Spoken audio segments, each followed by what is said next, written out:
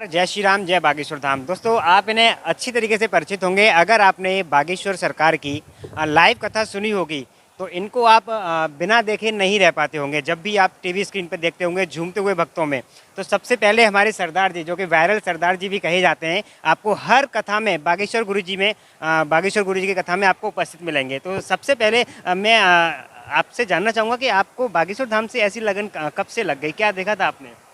ऐसा था कि मैं 2022 में बीमार था, तो 24 जुलाई को मैंने उससे पहले वीडियो देखा बागेश्वर धाम का। मैं बहुत परेशान हो गया, इधर उधर धक्के खा के, दवाई इधर उधर बड़ा घूमा, बहुत पैसे बर्बाद करे। जब मैंने बागेश्वर धाम का वीडियो देखा तो मेरे लिए लगा ये कि लास्ट चांस है कि मैं इनके दरबार पर जाके देखूं। और मेरे हृदय में आवाज़ आई कि आप बालाजी के जाओ, आप बचना है तो आप बालाजी की तरफ चले जाओ। और मैंने वहाँ ढूंढा, मोबाइल से मुझे एड्रेस मिला गड़ा गाँव का, और गुरुजी का जब फ़ोटो देखा तो मैंने बोला भाई यही चांस है और वहाँ जाकर देखते हैं।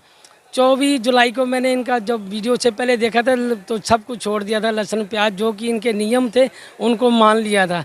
नियम मानने के बाद में 2 अगस्त को वहाँ गड़ा गांव में पूछते पूछते पहुँच गए। वहाँ जाकर हमने अर्जी बांधी, जैसे वो नियम थे, परिक्रमा करी। और गुरुजी के थोड़े से मुझे दर्शन हुए थे। मंगलवार का दिन था शायद उस दिन के, जैसे शनिवार दिन का मुझे अब याद नहीं है, क्योंकि वो भूत प्रेत वो खेल रहे थे। और गुरुजी के थोड़े से दर्शन हुए थे। उनका जैसे मुझे तो थोड़ा सा चेहरा लगा तो मुझे लगा कि ये मुझे प्रभु मिल गए, परमात्मा मिल गए। उनके बालाजी के ऐसे उनके दर्शन हुए जो मेरे पहले गुरुजी थे ना, वो मुझे उनके अंदर ये दिखाई दिए। तो मैंने बोला अब हम सही जगह पहुंच गए। और परिक्रमा करने के बाद बालाजी से अरदास करी, वहाँ विभूति ली। और जैसे वहाँ दर्शन करने के बाद आए तो मुझे पता चला वहाँ से कि दिल्ली में रोहनी में 7 दिन की भगवत कथा है।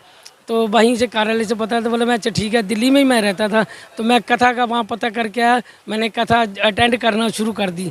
मेरे शरीर में बहुत दर्दें हो रही थी, दिमाग में पता नहीं क्या क्या चला, सिर दर्द, सारा शरीर दर्दें कर रहा था। वो मेरी समझ में नहीं आ रहा था। तो मैंने बोला चाहे जो कुछ भी हो, अब 7 दिन भगवत कथा सुननी है। और दास क्या किया, मंदिर जाना शुरू कर दिया। उन्होंने बोला मंदिर जाओ, हनुमान जी के मंदिर जाके मैंने प्रार्थना करी। और 19 अगस्त रात 1:30 बजे कृष्ण का जन्मदिन था। तो उस दिन मैंने 3 दिन पहले जाके हनुमान जी से प्रार्थना करी कि मुझे इस संत के नज़दीक से दर्शन करा दो। मैंने दर्शन करने इस संत के, और ऐसी कृपा हनुमान जी ने ऐसा कृपा करी कि रात 1:30 बजे कृष्ण जी का जन्मदिन था, भीड़ में बैठा हुआ था। मैं कभी उठ के नाच लेता था, कभी बैठ जाता था, बैठा नहीं जा रहा था। और मैंने प्रण कर लिया चाहे जो कुछ भी, अगर कथा सुनते सुनते मर भी जाएंगे तो कोई गम नहीं है। तो इतने में गुरुजी ने ऐसी कृपा करी कि मैंने लाल पगड़ी बांध रखी हुई थी और पुराने कपड़े पहन रखे हुए थे उस दिन। और गुरुजी ने रात 1:30 बजे मुझे बुलाया। मुझे सुनाई नहीं दे रहा था, कानों से सुनाई देना वगैरह सब बंद हो चुका था। तो मैं पीछे था भीड़ में, आगे मेरे हृदय में आवाज़ आई कि अगले ब्लॉक में चलो, पहले वाले में। मैंने रिक्वेस्ट करी, मुझे सेवादार ने जाने दिया। उससे फिर आगे रिक्वेस्ट करी। जैसे मैं आगे गया तो गुरुजी गीत गा रहे थे, गीत गाते गाते लास्ट में गुरुजी ने आवाज़ मारी कि वो लाल पगड़ी वाले सरदार जी आप आगे आ जाओ। फिर उन्होंने जैसे मुझे बुलाया, मैं तो 4 फुट एंगल कूद गया। ऐसे मुझे खुद पता नहीं कि मेरे अंदर वो शक्ति कहाँ से आ गई कि एंगल कूद गया। गुरुजी ने बोला भाई राम राम से आओ, जैसे कि कहीं चोट नहीं लगता। फिर मुझे नहीं पता मैं कैसे नाचाऊँ, वो 12 मिनट में वहाँ नाचा गुरुजी ने चाहा। और मेरे लिए स्पेशल पंजाबी गीत गाया जो कि नच लैण दे मनु नचना मोहन दे नाल। वो मुझे खुद नहीं पता, वो स्टेप मैंने कदे किए ही नहीं पहले जो स्टेप उस दिन करे। और फिर उसके बाद गुरुजी भी खुश हो गए और मुझे इतना खुशी मिली कि वहाँ फिर गुरुजी ने बैठे और मेरे खुद हाथ पकड़ लिए। तो वहाँ से मैं ठीक होना शुरू हुआ। मैं गुरुजी को दंडवत प्रणाम किया, मुझे इतनी खुशी मिली। मेरे घर वालों को पता चला, सब घर में नाच रहे थे, इतने खुश हुए। उसके बाद फिर मैंने कथा 2 दिन और जब सुनी, कथा सुनने के बाद फिर मुझे पता चला कि बनारस में कथा। फिर मैं बनारस चला गया, तबीयत ख़राब थी, मतलब फ़र्क पड़ गया था काफ़ी। बनारस में जो गुरुजी ने मुझे मिलने का मौका मिला, फिर वहाँ नचाया, गुरु ने बुलाया, वहाँ भी डांस हुआ। और गुरुजी ने मेरे कानों पे हाथ रखा, मेरे शरीर पे हाथ फेरा। और उसके बाद मैं जैसे ठीक होना शुरू हो गया, उसके बाद मैं खूब जो है हर कथा में जाने लगे, मेरे मन में जाके मैं अब जब यहाँ से मुझे जीवन दान मिला है तो मैं इस हर कथा पे जाऊँगा और गुरुजी के साथ साथ जहाँ भी कथा होगी और मैं जाऊँगा। और दास खुद नहीं नाचता, मुझे नहीं चाहते, बालाजी की कृपा है, गुरुजी की कृपा है और गुरुजी का आशीर्वाद है जिसके कारण मैं नाचता हूँ। मेरे अंदर कोई शक्ति नहीं है, ना मेरे अंदर कोई ताकत है। एक गुरु की कृपा ऐसी होगी कि अब मैं गुरुजी के बिना उनके दर्शन के रह नहीं सकता। और मैं जहाँ भी कथा होती है वो अपने आप ही बुलाते हैं और इतना प्यार देते हैं। मैंने आज तक ऐसा संत देखा ही नहीं कि ऐसी तरीके से प्यार से बोलते हैं, इतने प्यार से अच्छी बात करते हैं। एक मुझे ही नहीं, सबको ही प्यार करते दास ने देखा है। गरीबों के बच्चों को गोदी में बैठा लेते हैं, लोगों को पकड़ के अपने मंच तक गरीबों को दास ने देखा लेके पकड़ के आते हैं। और मैंने भारत में ऐसा संत पहली बार देखा है और जो कि इतना प्यार करते हैं, इतना प्यार करते हैं लोगों को कि रह नहीं पाते। दास खुद नहीं रह पाता। मुझे तो घर में भी उतना, जब मैं रुक जाता हूँ तो मेरा मन नहीं लगता कि कहा जल्दी से जल्दी गुरुजी के दर्शन करने के लिए चले। और जब इनके दर्शन हो जाते हैं तो भूख प्यास क्या, थकावट क्या, कुछ नहीं होती। और ऐसा संत जो है हमारे संसार में आना बड़ा मुश्किल है। ऐसा संत है नहीं, जो पहली बार ही ऐसा संत दास के जीवन में आया है जो इतनी खुशियाँ देते हैं। इनकी इतनी मुस्कुराहट है कि वो मुस्कुराहट हमको जो है रहने नहीं देती, घर में खींच लाती है। और मैं यही अरदास करता हूँ, बड़ा जो गड़ा गांव है, जो बालाजी हैं, एक कलयुग के राजा हैं और इनकी बहुत बड़ी शक्ति है, इससे बढ़कर कोई शक्ति नहीं है। और कोई बड़ी तो बड़ी बीमारी मेरे ऊपर खुद दवाइयाँ असर नहीं कर रही थी। जैसे मैं गड़ा गाँव में गया, वहाँ नारियल बांधे, गुरु जी का आशीर्वाद मिला और वही दवाइयाँ असर कर गई। और आज मैं खूब ठीक ठाक हूँ और एकदम फिट फार हूँ। और मेरा नाम ही गुरु जी ने बल्ले बल्ले रख दिया हुआ है। और आपका नाम बल्ले बल्ले ये नाम ही मेरा उन्होंने रोहनी में ही बल्ले बल्ले के नाम रख दिया था। और बल्ले बल्ले करके ही मुझे बुलाते हैं, जब भी बोलते हैं तो बल्ले बल्ले करके बोलते हैं। तो मुझे वो सुनकर ही इतनी खुशी हो जाती है कि गुरुजी ने ही, उनकी कृपा से ही मुझे उन्होंने फेमस कर दिया बल्ले बल्ले के नाम पे। और आज उनकी कृपा मुझ पे बनी रहे। मेरे हृदय में से यही अरदास है कि सबके ऊपर गुरुजी की कृपा बनी रहे। जो भी लोग बीमार हैं, जहाँ जिनको दवाइयाँ नहीं लगती, वो गड़ा गाँव आए, गुरुजी के दर्शन करें। सबसे पहले बालाजी के दर्शन करें, तो मेन बालाजी के दर्शन करना जरूरी है। जो बालाजी के चरणों में आ जाता है और बालाजी के चरणों में अरदास कर देता है, वो बालाजी उसकी अरदास गुरुजी तक पहुंच जाते हैं। हमें ऐसे नहीं कि गुरुजी के पीछे भागना चाहिए, हमें सबसे पहले बालाजी के दर्शन करने चाहिए, बालाजी के चरणों में अरदास करनी चाहिए। और बालाजी ही सुनते हैं और बालाजी गुरुजी के पास अपनी जो हम अरदास करते हैं गुरुजी तक पहुंचा देते हैं। और मेरी अरदास है सबसे ही, और अपनी जो भी समस्या, जो भी परेशानी है, घबराना नहीं, हिम्मत नहीं हारनी।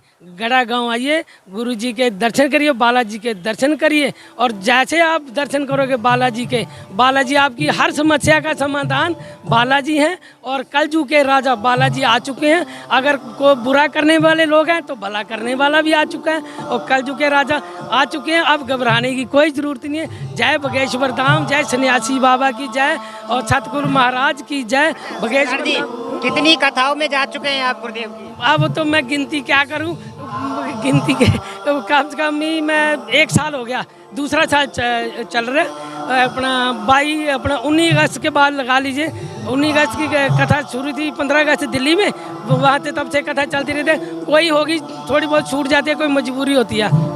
त्रिगंधों में 22, 23, 24 कथा तक हो चुकी होगी। अब वो गिनती भी क्या करे कथा। अब आगे हर कथा में जाएंगे, जहाँ जहाँ भी कथा होगी वहाँ पहुँचने की पूरी कोशिश की जाएगी। आपका प्रण है आप हमेशा बागेश्वर धाम के साथ इसी प्रकार जुड़े रहेंगे, बागेश्वर गुरुजी से इसी प्रकार जुड़े रहेंगे? हम जब तक जिएंगे, हमने प्रण किया हुआ है कि जब तक जिएंगे गुरुजी के साथ उनके चरणों की धूड़ बनकर रहेंगे, उनकी हर कथा में जाएंगे और अपना मौज मस्ती खुशी लेंगे। हमें उनसे दर्शन करके खुशी मिलती है, हमारी आत्मा जो है तृप्त हो जाती है, हमारी आत्मा को खुराक मिलती है। सत्संग एक आत्मा की खुराक है। और गुरुजी के जो दर्शन होते हैं ना, उनका बहुत बड़ा फल मिलता है। गुरुजी के दर्शनों का फल बहुत बड़ा होता है, उनके दर्शन करने चाहिए और कई बीमारियां वैसे दूर हो जाती हैं। अब डॉक्टर से बात जाना नहीं पड़ता। मुझे 1 साल हो गया कि हॉस्पिटल में मैं पहले एडमिट होता था, कभी कोई घर में भी एडमिट होते।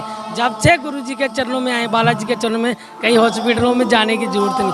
आप इतने दिन से बागेश्वर गुरुजी की कथाओं में हैं, तो आप सब कुछ अपनी आंखों से देख रहे हैं। जिन लोगों का पर्चा नहीं बनता है, लोग थोड़े निराश हो जाते हैं कि हमारा नंबर नहीं आया, हमें गुरुजी ने बुलाया नहीं, तो क्या उनको निराश होने की आवश्यकता है? पर्चा बनना इतना महत्वपूर्ण है क्या? अच्छा, मेरा खुद का पर्चा नहीं बना और मैं पर्चे के चक्कर में नहीं आता। मैं सिर्फ बालाजी को ही बोलता हूँ। जो भी काम होता है बालाजी को हम बोलेंगे, निराश होने की जरूरत नहीं और पर्चे के चक्कर भी नहीं भी पड़ना चाहिए।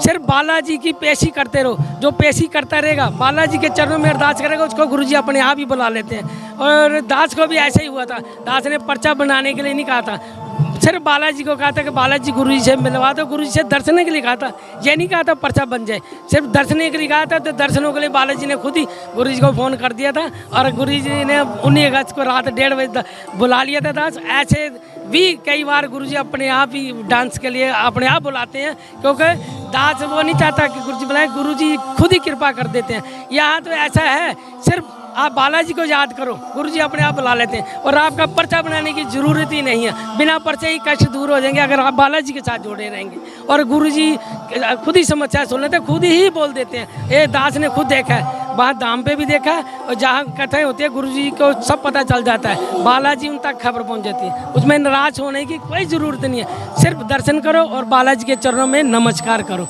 वहाँ गड़ा गाँव में बालाजी के अरदास करो, कोई भी आपकी समस्या बालाजी के करो, निराश बिल्कुल नहीं होना। तो अपने खुशी से आओ, कोई भी समस्या दुख है उसका डट के मुकाबला करो, जैसे दास ने किया, घबराया नहीं, बिल्कुल डट के मुकाबला किया। आप बागेश्वर धाम एक बार पहुंच गए तो आपकी जो परेशानियां हैं उनसे आपको मुक्ति वैसे ही मिल जाएगी बिना। हाँ हाँ, बागेश्वर धाम पहुँचोगे वो आपने जाके बालाजी को बोल देना कि बालाजी हम आपके हो गए और आप हमारे हो जाओ। बालाजी के ऊपर छोड़ दो, बालाजी सब काम करेंगे, वो गुरुजी तक पहुंचा देते हैं सारी समस्याएं। तो इसलिए कोई घबराने की जरूरत नहीं। बालाजी के बागेश्वर धाम जब पहुंच जाओगे ना तो आपकी सारी समस्याओं का हल बालाजी ही है। धन्यवाद सीताराम, बहुत अच्छा लगा आपसे बात करके। जय श्री राम, जय बागेश्वर धाम, जय श्री राम, जय श्री राम। बागेश्वर धाम सन्यासी बाबा की जय, सतगुरु महाराज की जय, बागेश्वर धाम की जय। तो देखिए ये दोस्तों, ये थे हमारे बागेश्वर धाम के वायरल सरदार जी, जो कि आपने हर कथा में इनको झूमते हुए नाचते हुए देखा होगा।